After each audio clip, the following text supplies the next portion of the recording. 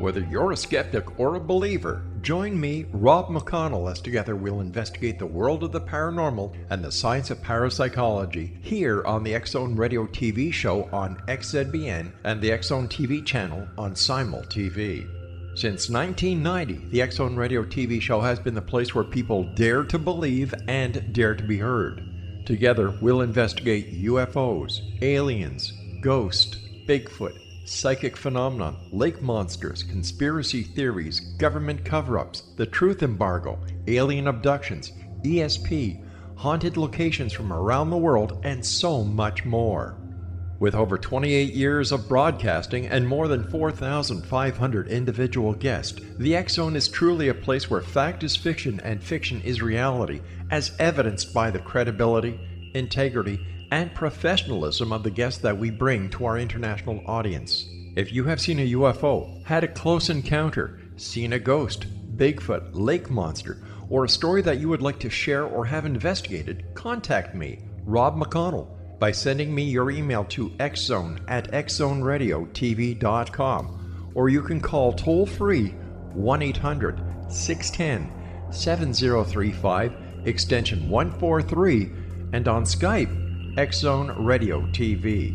For more information on the X-Zone Radio TV show with yours truly, Rob McConnell, visit www.xzoneradiotv.com or www.xzonetvchannel.com or simultv.com and xzbn.net. Until next we meet here in the X-Zone from our broadcast center and studios in Hamilton, Ontario, Canada, always remember, X-Zone Nation, keep your eyes to the sky and your heart in the light.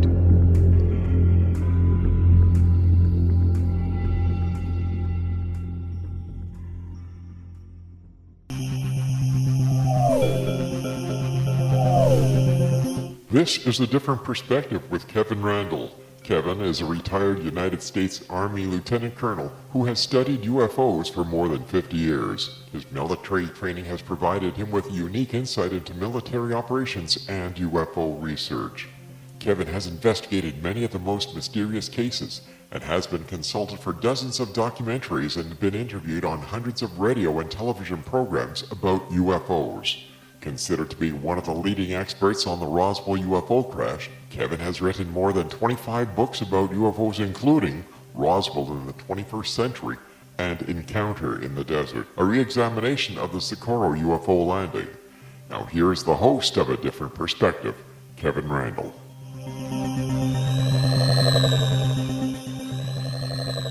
And welcome to this edition of A Different Perspective. I am Kevin Randle.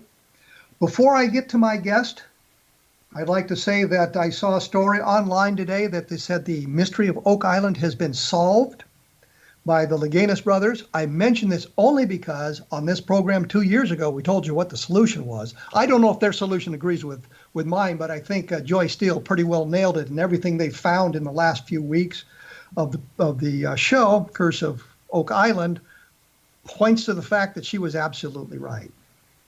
I'm going to be joined by David Shindley. He is a retired Air Force officer.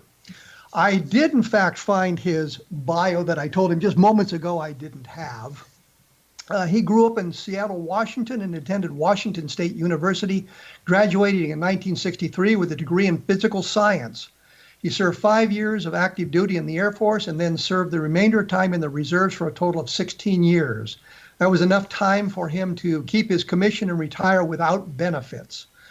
He was stationed at Fairchild Air Force Base as a deputy crew commander with the Atlas missile system in 1965 and 3 years at Minot Air Force Base with the Minuteman system. I got confused here because I was thinking, why not Minot? But that's a whole nother argument. After active duty, he was employed at Hamilton Standard, which is a division of United Technologies in Connecticut, as a senior experimental engineer and project manager for development of Air Force manned orbiting laboratories and Apollo astronaut backpacks. In 1970, he began a 32 career as a data system analyst for two major companies in Seattle, Washington, and retired in 2002. In 2005, he revealed the UFO incidents, which we're going to be talking about today, that he was involved with at Minot in 1966. He was discovered by Robert Hastings, who wrote the book UFOs and Nukes. And it's a really thick book and filled with lots of stuff. And we'll try to get Robert on the program here. I know him very well. And he appeared with Robert Salas at the Citizens Hearing on Disclosure in 2013. He's married with a combined family of 4 children, 8 grandchildren, and 2 great-grandchildren. David SHINDELE, welcome to A Different Perspective. Thank you, Kevin, and it's good to be with you. And the book is UFOs That Never Happened, Volume 1, U.S. Air Force UFO Cover-Up Revealed. And I mentioned that because you mentioned to me that you get nothing for the book. You donate all the proceeds to an Air Force charity. Is that correct? Yes, that's right. I prefer to do that because my main goal is to tell the truth about the UFO situation, and I want the word out there. And any profits I get from the book are donated to the Air Force Association. Well, let's do this. Since we've talked about that, there was some involvement with the missile silos and UFOs back in the Minot area in 1966, 1967. What exactly was the UFO sighting that got you involved in, or got you interested in UFOs, I guess? Well, as Deputy Missile Combat Crew Commander on a crew, we went out to Launch Control Center called November Flight, and to relieve a crew that was out there. And the evening before, that crew had a wild experience where a UFO hovered over the launch facility and took all 10 of their missiles off alert. My commander and I went to a crew briefing before going to my November flight, and they told us that some missiles had somehow gone off alert at November flight, and that is all the information we had, except for a morning newscast earlier that morning saying that residents of Mulhall, North Dakota had seen strange lights overnight, and the November Launch Control Center was just 3 miles west of town. So our curiosity was aroused before we got to November flight. And then when we debriefed the crew downstairs, they told us their wild story. So you're suggesting that you didn't see the UFO, you heard the story on the radio as you drove into work? Yeah, actually I saw it on a TV broadcast when I was having breakfast. I lived in the town of Minot. I didn't live on base. And so then I got my things together and went to base to the crew briefing before my commander and I went out to the Launch Control Center. And, that's what happened. So this is the event that Robert Salas was involved in as well. It was a couple of days later that his flight went off line as well at the same time. Actually, his happened in March 1967. Mine happened about 6 months earlier than that in 1966.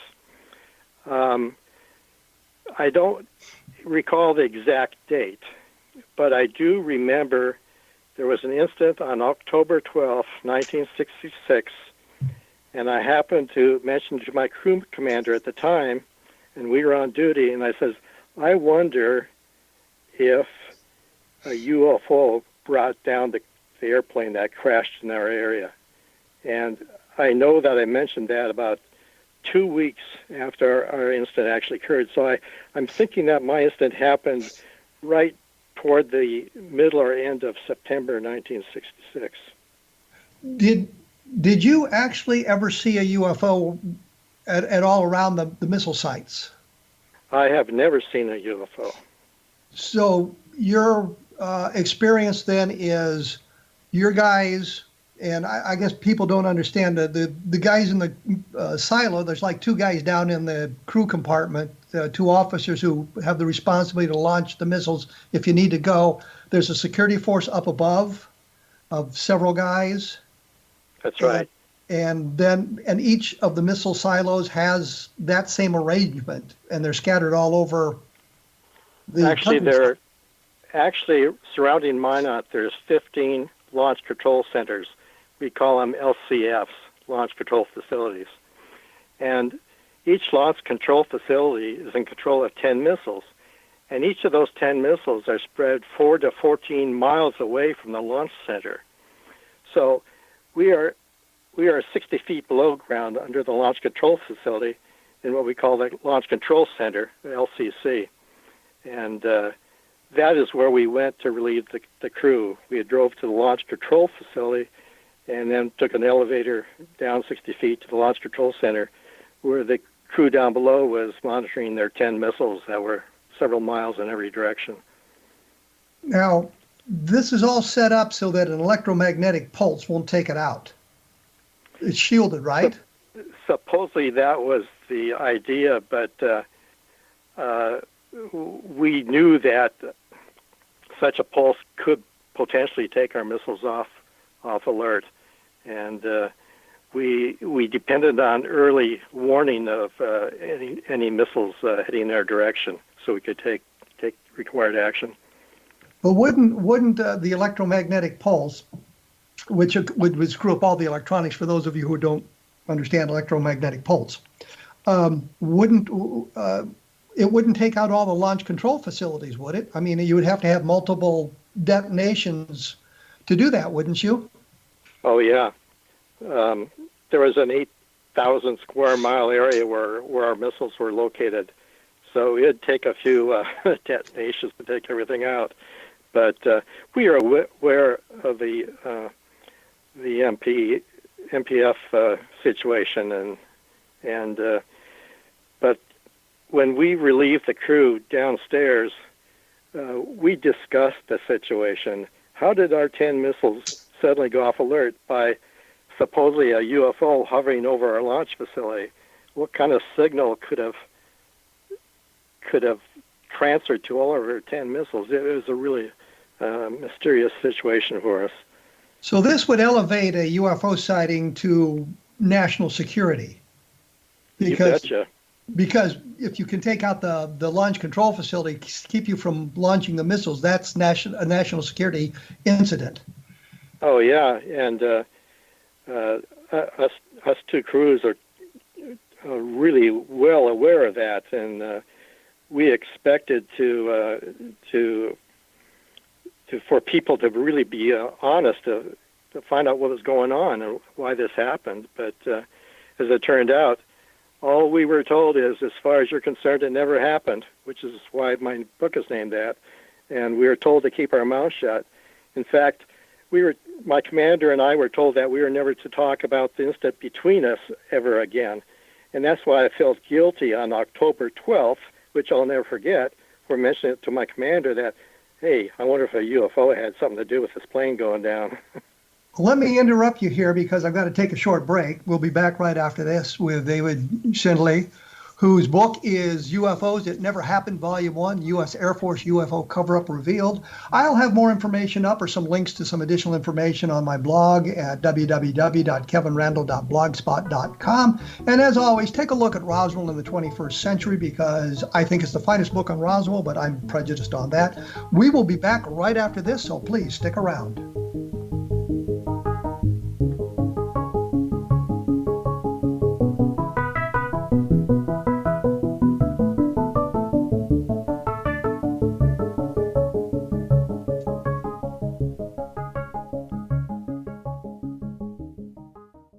Patty Conklin grew up in Brooktondale, New York with a unique ability. Unlike others, she could see how the vibration of words and emotions affected the physical body. She discovered how to release stored emotion and facilitate healing. This began today's Conklin method of cellular cleansing. The private practice grew with tremendous results, as did her reputation. More and more people sought her out, bringing her into the home for healing. She soon realized she could even teach this to others, and they could shift perception and thus prevent illness from occurring. Patty Conklin quickly became a frequent keynote speaker, and she developed a curriculum for teaching the Conklin method of cellular cleansing. For more information, visit pattyconklin.com. PATTICONKLIN, pattyconklin.com, or call 404-474-0086. That's 404-474-0086.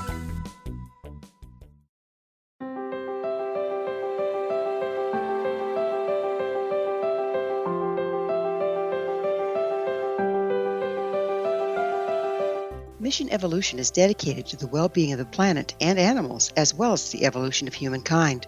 One major factor threatening all three is increasing toxicity.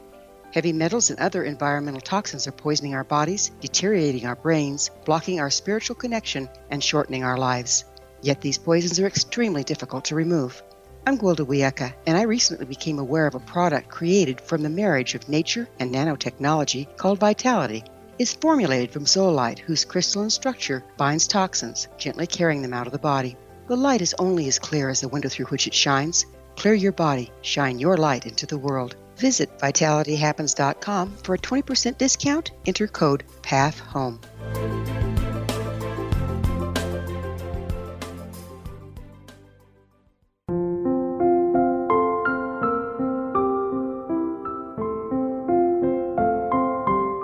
I am Dr. Carl O'Helvey, founder, president of a new cancer foundation focusing on evidence-based physical, mental, and spiritual interventions, including natural cancer cures, prayer, meditation, affirmations, nutrition, and other related holistic cancer prevention and cure modalities. These are used in cancer education, research, and financing care.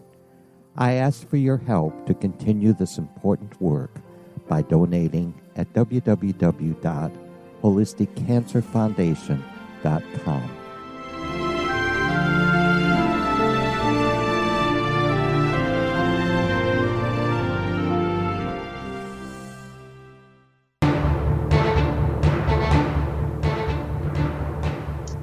I am back with David Schindele. We're talking UFOs, we're talking missiles and all that sort of thing. His book is UFOs, It Never Happened, Volume 1, U.S. Air Force UFO Cover-Up Revealed. And I mentioned that again because all the profits go to Air Force charities. He's not going to make anything off the book, and I think it's a wonderful thing that he's donating that money. When we went away, we were talking a little bit about the whole event, and I was trying to figure out, because you had said you'd seen nothing, did you talk to your crew above, the security crew above you, about this at all? Did you get a description of what they had seen and that sort of stuff? Well, yes, I did. When we arrived at the launch control facility and the gate was open for us to go in, we parked our car, and then my crew commander immediately went into the facility. Normally we inspect the ground's top side, the antennas and so forth, but he went in to talk to the security guards. I continued my inspection and went into the back door of the facility in the south end of the building. And when I opened the door, I met the site manager, a tech sergeant, and he said, "Did you hear about what happened overnight?" And I says, "No, but I heard that residents in Mohall, North Dakota, saw strange lights last night." And he says, "Well, come with me." And he took me to the day room and to the west-facing windows. And he said, "Last night this object hovered just beyond the fence out there," he said, which was probably 100 feet away. And he says it had bright flashing lights. And I says, "Well, was it a helicopter?" And he sort of laughed and said, "No. It made no noise whatsoever, but it was just a bunch of flashing lights, sort of in the silhouette of a disc." And he says a few minutes later, it went toward the north side of the building and toward the main gate and hovered just outside the main gate, and still with the flashing lights, but part of the object was hidden by the garage, which is just to the right of the gate. And my crew commander had been talking to the security guards and essentially confirmed the same thing that the tech sergeant told me, the site manager. And so that was our description of the incident. There was no color. Did he talk about any kind of electrical interference in his facility as opposed to the missile launch facility? I mean, the lights dimming, the lights going out, or anything like that? Did they have any of that kind of experience? He didn't mention that. He didn't mention that, but they had turned the lights off to try to visualize the object outside the facility through the windows of the day room. And you were going to say something about the sequencing of the lights before I jumped in there? Well, I tried to ask him, what the lights looked like. Were they red, green, blinking lights, blinking yellow light or anything like that, like airplanes or helicopters might have? And he says, no, they were just bright flashing lights, and he couldn't adequately explain it to me. He says that they're lights like he'd never seen before. He couldn't really describe it, but he didn't mention any color, the lights. They're just bright flashing lights. Now, these guys are not your typical Air Force enlisted personnel. They're trained guys who are responsible for security of your launch facility, right? Yeah, they go through a lot of training. There are 6 security guards, 2 crews. Each crew is a crew of 3, 2 crews, and one of the 3 is a flight security controller. We call him an FSC. And then there was 2 other people topside, the site manager, which I mentioned, and then a cook for the facility. And these people would stay for about 3 days at a time, I believe. And those were the topside. That was the topside crew. It was, it's a security strike team kind of thing. Us launch officers downstairs would be monitoring our 10 missiles, and every once in a while a security alarm would go off from one of the missile sites, either an inner security alarm or outer security alarm. Then we'd have to call topside if we couldn't reset the alarm, and they'd have to take their strike team out and investigate the launch facility to see what the problem was. Quite often, it would be a jackrabbit or a mouse or something running across the surface, and that would be the outer security alarm. And sometimes a truck would come by on the nearby road, and the inner security alarm would sometimes pick up a rumbling truck going by. So the sensors were very sensitive. Very sensitive, yeah. So the outer security alarm was topside at the missile facility, and the inner security was underground. So the guys who are topside, the security people for you, are not just assigned like an extra duty. They go through specific training for this sort of a job. Oh, you bet. So what I'm getting at is they wouldn't be prone to hallucinations. They wouldn't be prone to being hysterical about seeing something in the distance. They were competent people. Yeah, they were. Let's see. The flight security controller would normally be a sergeant. The other 2 people would be airmen, first class or second class. But they were well trained.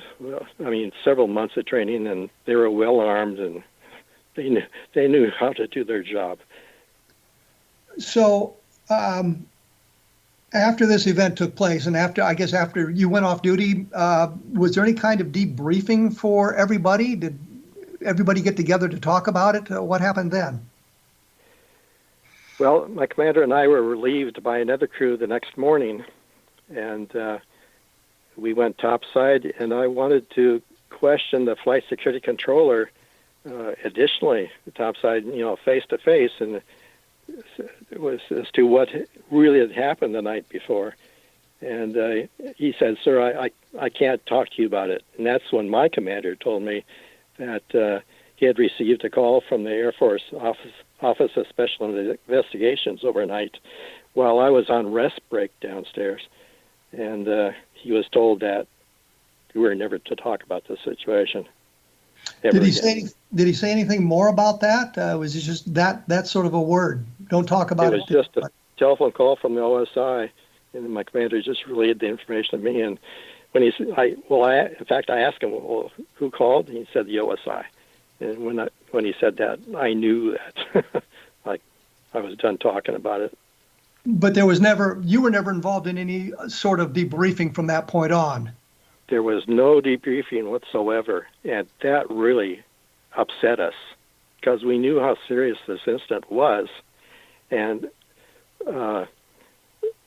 we couldn't help but think that this would happen to some other crew, and we need to be, instructed and trained what to do if this kind of incident should happen again, and it was really, really bothered us quite a bit. By the time bothered me. By the time you got to work that morning, the missiles were all back online? No. When we walked into the launch control capsule underground, we looked at the launch control console at the far end of the room, and all the lights indicated that all missiles were down and off alert and unlaunchable. How long did that persist? I really don't remember.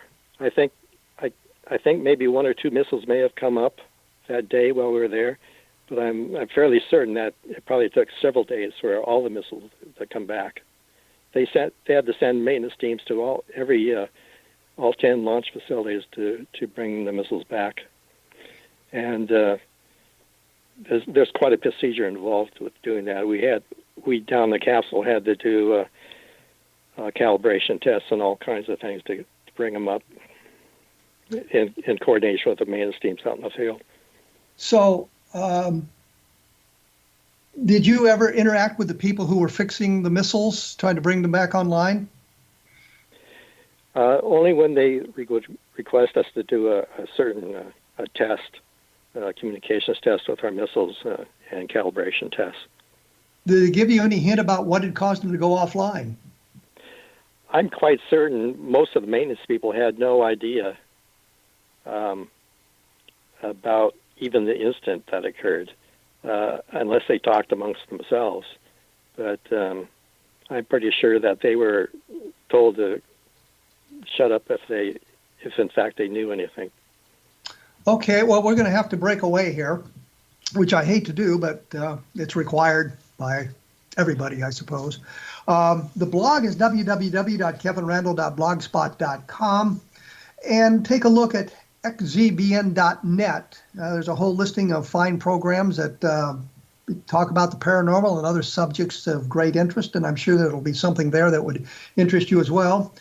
I continue to push Roswell in the 21st century. This is, I think, the book that kind of lays out where we are in the Roswell case basically today. A re-examination of the Roswell case based on what I have been able to learn in the last several years.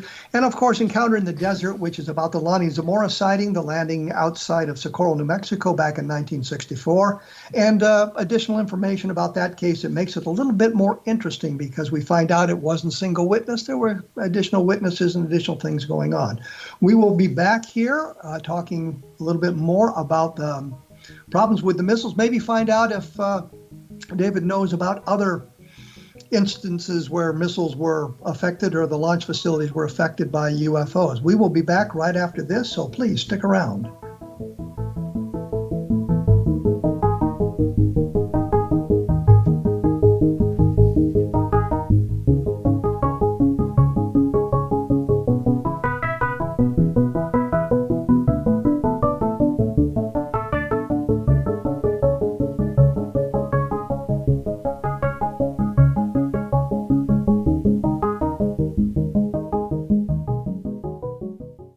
Audience. If you have seen a UFO, had a close encounter, seen a ghost, Bigfoot, lake monster, or a story that you would like to share or have investigated, contact me, Rob McConnell, by sending me your email to xzone@xzoneradiotv.com, or you can call toll-free 1-800-610-7035, extension 143, and on Skype, X Zone Radio TV.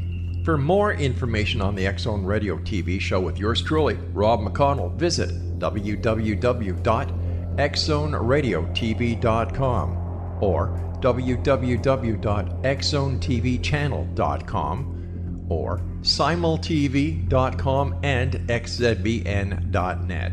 Until next we meet here in the X Zone from our broadcast center and studios in Hamilton, Ontario, Canada, always remember, X Zone Nation, keep your eyes to the sky and your heart in the light.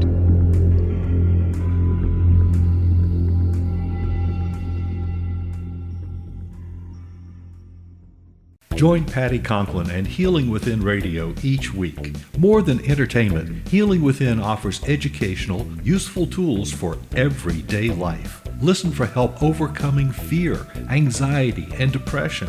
Patty knows about eliminating cancer, MS, dementia, Parkinson's, and a host of illnesses that we face every day. Life can be good. Life is good. All you need are simple tools to start changing your life. Start right now by visiting pattyconklin.com, PATTICONKLIN. No matter where you are in the world, you can work with Patty through Skype, phone, or in person, visiting one of her retreats in Georgia. Visit pattyconklin.com today or call our offices at 404-474-0086. That's pattyconklin.com or call 404-474-0086.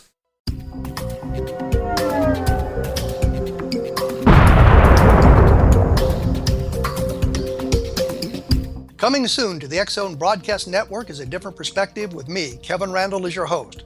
We'll be taking a close look at what is happening in the world of UFOs today with side trips into the paranormal. Guests will range from those who are household names to those who have a different perspective on a variety of topics. No topic will be taboo, but there will be tough questions asked as we all search for the truth about UFOs, the paranormal, and those things that excite us. Sometimes we'll agree with a guest and sometimes we won't, but we'll try to keep the program topical. For those of you who would like to read, be sure to visit www.kevinrandle.blogspot.com and remember to listen to the other fine programs on the X Zone Broadcast Network at www.xzbn.net.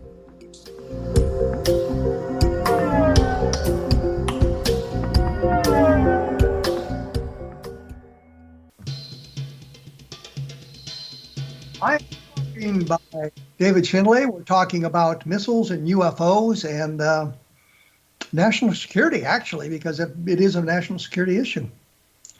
So you never found out what caused the missiles there at Minot to go offline? No, I didn't. Never knew. And they were offline for several days. Well, like I said, I can't remember how long it took. My feeling is maybe a couple of them came up the day we were there on duty, but I don't know when the final missile came back to alert. May have been a day or two.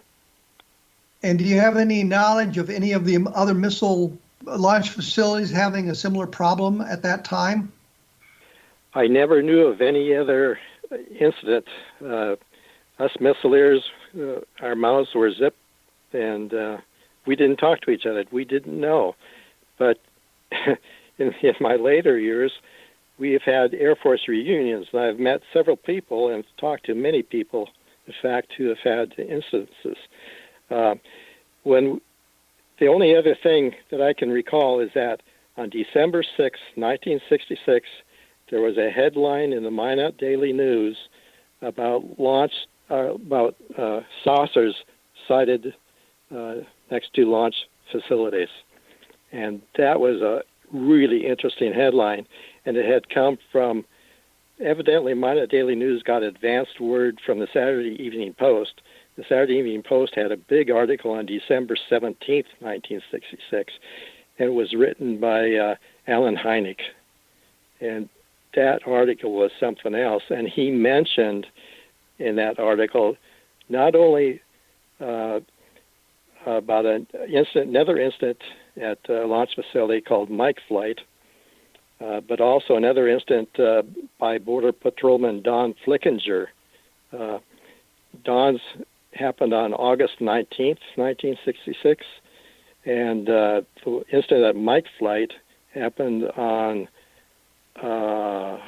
August 25th, 1966. And like I mentioned before, I believe mine happened in September later on. But the one at Mike Flight, the crew commander there was named Val Smith. I knew Val Smith, and it just happened that Hynek wrote about that incident in the Saturday Evening Post, but he didn't mention Val Smith's name. And later on, I found Val Smith's name in Blue Book files, and I thought, oh my goodness! And I knew this guy. He was in my squadron, and he never said a word. Neither did several other people until 40, 50 years later, I found out. Well, you mentioned Don Flickinger. Who exactly was Don Flickinger? Don Flickinger was a border patrolman, and he was on his way from Minot to Portal, North Dakota with 2 prisoners. He's taking them back to Canada, and he had an incident near Donnybrook, little tiny town in North Dakota, where they were on their way down the highway and saw this disc hovering just above a hill, and then as they coming down the road, they saw about 10, 12 cars parked beside the road, including a semi-truck, and they were all outside looking at this thing at the top of the hill. And that's quite an incident in itself. He said that object finally came down the hill and hovered over them, about 100 feet above them, going back and forth above people and cars, and then all of a sudden, just within a second or two, shot up straight up into the clouds and out of sight. So that was his story. And but go ahead. Did you talk to Flickinger, or are you getting this from Hynek? I read the thing in the Saturday Evening Post. Okay. That Hynek wrote, and then in 2016, I did some research, and I found Don Flickinger. I found him residing in a town in Montana, and my wife and I arranged to meet him at a restaurant for dinner one evening, and I got his story repeated back to me again. So after some 50 years. You heard it directly from Flickinger then? Yes. Did he mention anybody taking a shot at an alien? No. Okay. So it was just a sighting of the craft and close at hand, and then a number of other people in other cars seeing it. That's right. Yep. And later on in Blue Book files, Hynek tells that he went back to Minot and interviewed Flickinger, and Hynek was also with Robert Lowe. You might have heard his name before.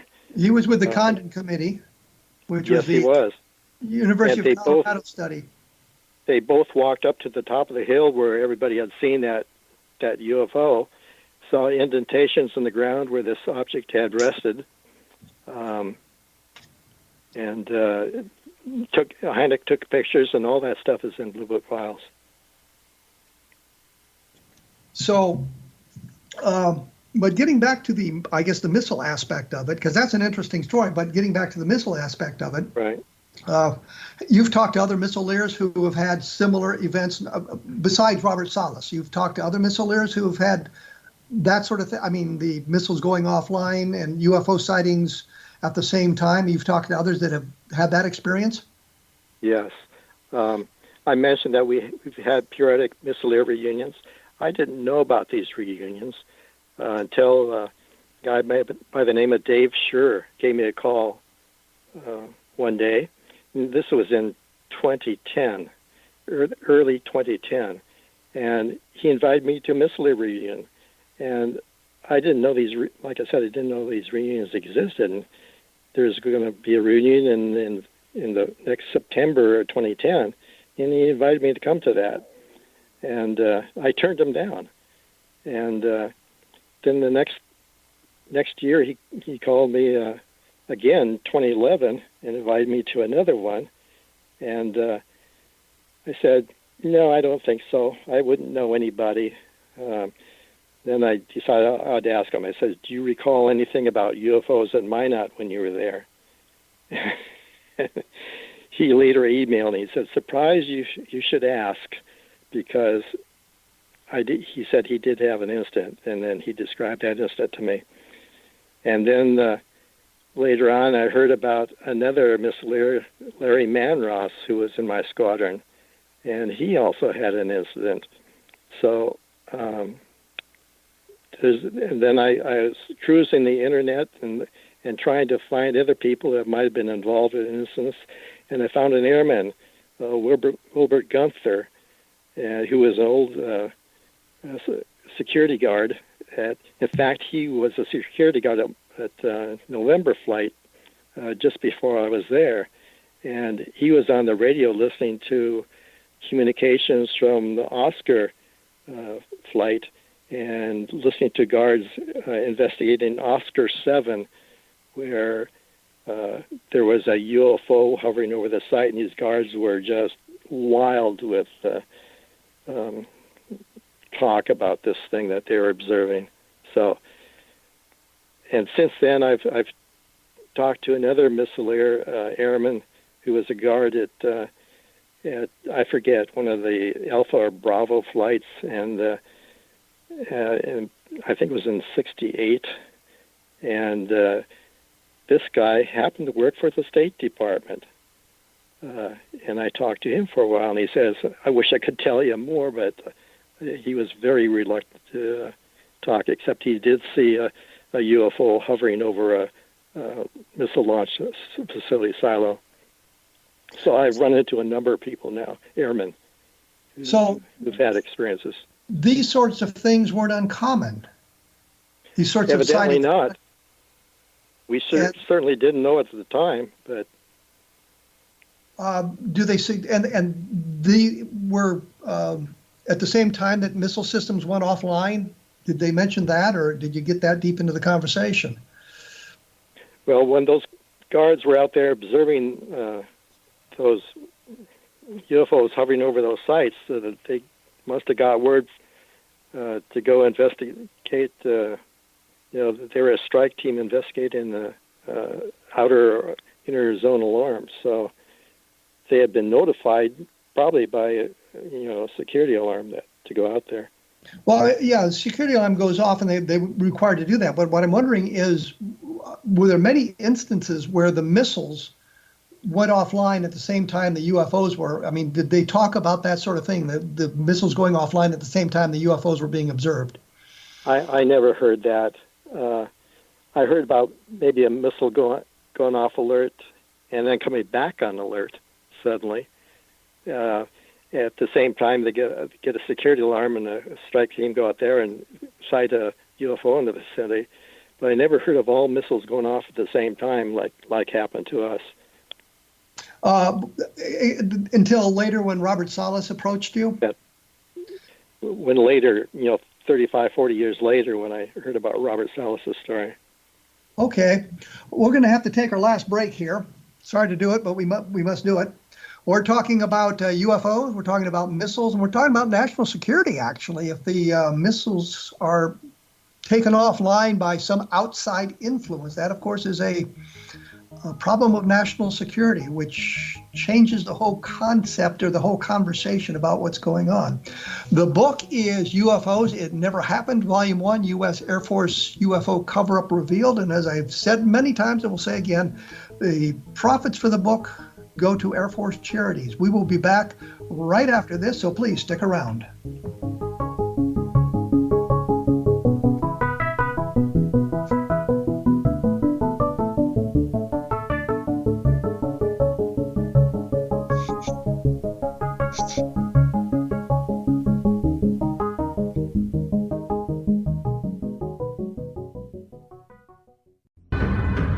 If you are looking for a safe, zero-calorie natural option to the harmful artificial sweeteners on the market today, Just Like Sugar is what you're looking for. Just Like Sugar is a wonderful natural alternative for those health-conscious people who choose a calorie-restricted diet with a great, pure, sweet flavor that tastes just like sugar. Just Like Sugar is a great natural option for people suffering from diabetes and may be useful in restricted diet programs where standard sugars are not allowed and does not cause a laxative effect of some other sweeteners. Just Like Sugar comprises a perfect blend of chicory root fiber, natural calcium, natural vitamin C, and Just Like Sugar's sweetness comes from the natural flavors from the peel of the orange. Just Like Sugar is a natural alternative to harmful artificial sweeteners and will change the way that you believe all natural sweetener products taste. Just Like Sugar is available at your local Whole Foods markets, Wild Oats markets, Henry's, Sun Harvest, and many other fine natural food stores in the U.S., Canada, and worldwide. They are here, and they've been here for thousands of years, making their presence known in the shadows. They might be seen by a lonely motorist on a deserted road late at night, or by a frightened and confused husband in the bedroom he is sharing with his wife. But who are they? What do they want? Why are they here? Perhaps most concerning, has the government been aware of their presence all along? The new book by Ellie Marzulli, UFO Disclosure, the 70-year cover-up exposed, delves into the world of UFOs. Can full disclosure be soon? Order now and receive a free hour and 37-minute DVD on the UFO phenomenon. UFOs are real. Get both the book and the DVD, a $40 value, for only $19.99. To order your book and DVD today, go to lamarzulli.net. That's LAMARZULLI.net. You have heard of the X Zone? Now watch it on Simul TV, plus 500 video games, live TV channels, free video on demand, worldwide, and more. Does this sound like tomorrow's television? Well, it is, but you can have it today, right now. It is Simul TV. Simul TV offers what the others only wish they could provide. 15 exclusive channels like X Zone, sci-fi, and horror. We are worldwide. No other provider offers that. 500 built-in video games. No need to have an extra expensive system. We have them included. Free video on demand. Live streaming events from around the world, interactive online network, and much more. Tomorrow's TV today. Simul TV. Sound too good to be true? Well, it's not. You can have Simul TV today. Sign up at simultv.com. Do it today.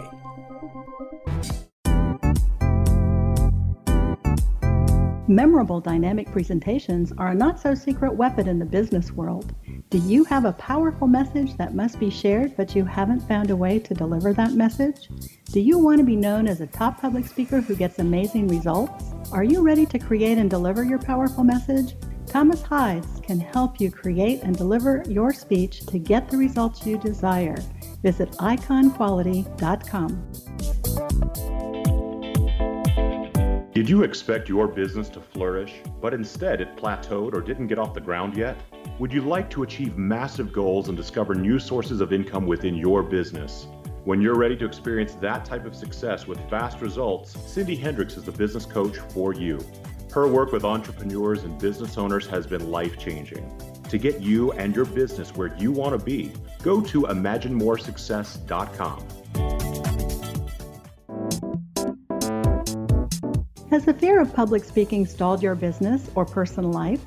What would you give to develop and maintain supreme confidence? Have an invaluable private program to always perform at your best. I am joined by David Shindley. We're talking about missiles and UFOs and UFO sightings around life-changing course I guess One Fear highly Unleashed. classified Visit areas in the United States Air Force, especially from a long time ago. And we've suggested a couple of times this is an issue of national security. And the reason I stress that point is the Condon Committee, which was the University of Colorado study commissioned by the Air Force. One of the things they were required to find was that UFOs presented no threat to the national security. And what we're hearing today from David is that they in fact do or did pose a threat to national security if they can force the missiles offline. That's why I've kind of stressed some of this stuff and finding out how often this has happened We know that at Malmstrom Air Force Base, about a year later, several months later, a similar incident happened where all the missiles from one flight went offline. And the Air Force never provided a good explanation for how that had happened. And what they did say in their reports was that there had been no UFO sighting. UFOs had nothing to do with it. They were very careful on stressing that point. And David tells us that in this instance, the Air Force Office of Special Investigation required them not to talk about it. Has there been any fallout for you about talking about these things? Has anybody approached you and saying maybe you ought to not be quite so vocal about it? None whatsoever. I had a lot of trepidation early on in coming out and talking about this stuff because I had been told not to talk, and I took that very, very seriously. But when I found out that Salas had come out, I found out that Dave Scher had come out, was in the Hastings book. I decided, well, maybe I should start speaking out. In fact, when I heard that Salas had the very same identical incident, I just couldn't believe it. And then I was so relieved. I thought, oh my God, now I can tell my wife.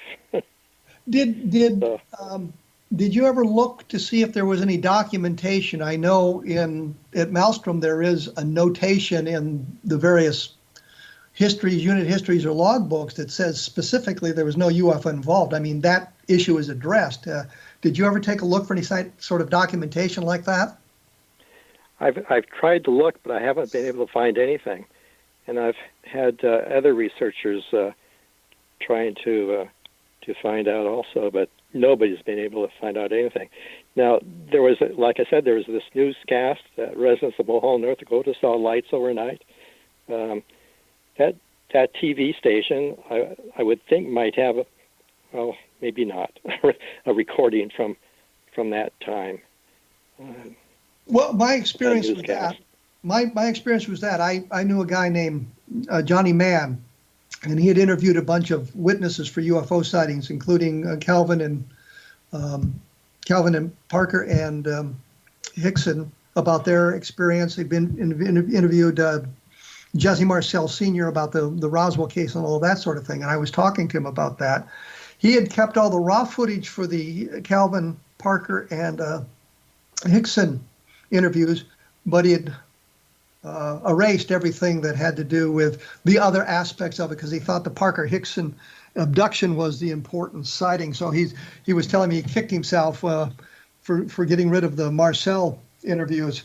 So my point is that the TV stations probably or may have used or reused the tapes. I don't know what kind of library they would keep on that sort of stuff.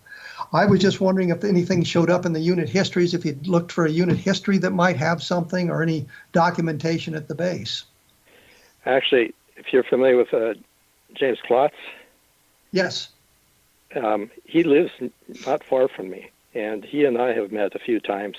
And so he knows my story, and he's looked into this too. And he's an excellent researcher and getting documents and stuff, but he hasn't been able to find anything either. And part of that problem, I think, is not having the exact date of my incident. That would really help. Well, you talked about an aircraft accident might have been UFO related. Can you tell us a little bit more about that? Yes. This was an F-106 that went down in the territory of Mike Flight, where Mike Flight had a responsibility for. F-106 went down one evening, about 1 in the morning, and this was October 12th, and the pilot was the squadron commander of the fighter squadron on base, and evidently he was on approach to Minot Air Force Base, and he just disappeared from radar, and there was no communication with him whatsoever. And that morning, when we got relieved, my commander and I, we detoured going to the base to where this wreck was, and we found this plane sitting in a plowed field, and it had made a very soft wheels up landing, and it skidded for a long ways, but just left a long trail. But the plane was intact, except the nose was cracked just in front of the cockpit and hanging to the ground. We found out later that the pilot didn't survive. But I'll never forget that particular incident, because I did mention to my commander, Major Tollerud, that I wonder if a UFO had something to do with this plane going down. And I felt guilty about speaking up about that. Did anybody determine what caused the wreck? No, and it's still a mystery. So he just landed the airplane in the field and there didn't was no survive. communication from him or anything on approach, and they dissipated from radar, and we had to send our strike teams out, our security people out to find the plane, which they did. But there's no, I guess, observable UFO involved in this at all. You just kind of wondered it because of the proximity. Yeah, it just piqued my interest a little bit. I wonder if something happened in that regard. Okay. I might mention that yes. The crew that we relieved, it was a crew that I had never seen before. I didn't know them. Evidently, they were from another squad. We had 3 squadrons in our wing, and we usually didn't interface or know people in the other 2 squadrons that we had. Maybe a few people we'd know, but we didn't know this crew that we relieved, Major Tollerud and I. And I always wondered who these guys were. Well, I finally found out who the crew commander was, and he's still living. And I met him at a Air Force reunion, and I happened to hold a reunion in 2014 here near Seattle, Washington, and I did a presentation one evening, and I asked people, does anybody remember anything about UFOs at Minot? And 7 people raised their hands, and I said, okay, how many of you had an incident on duty when you were there? 3 people raised their hand. So I asked these 3 people what happened. 2 of them said they had security alarms and sent a strike team out, and there was a UFO hovering over a missile site. The other guy said, well, 10 of my missiles went off alert.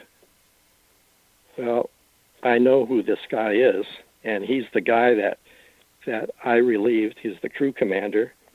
He's still living, but he confided to me at another reunion. He says, sorry, Dave, but I can't tell you anything more about this. He said, you got to understand that when I returned to base, I had to sign a document saying I would never speak again.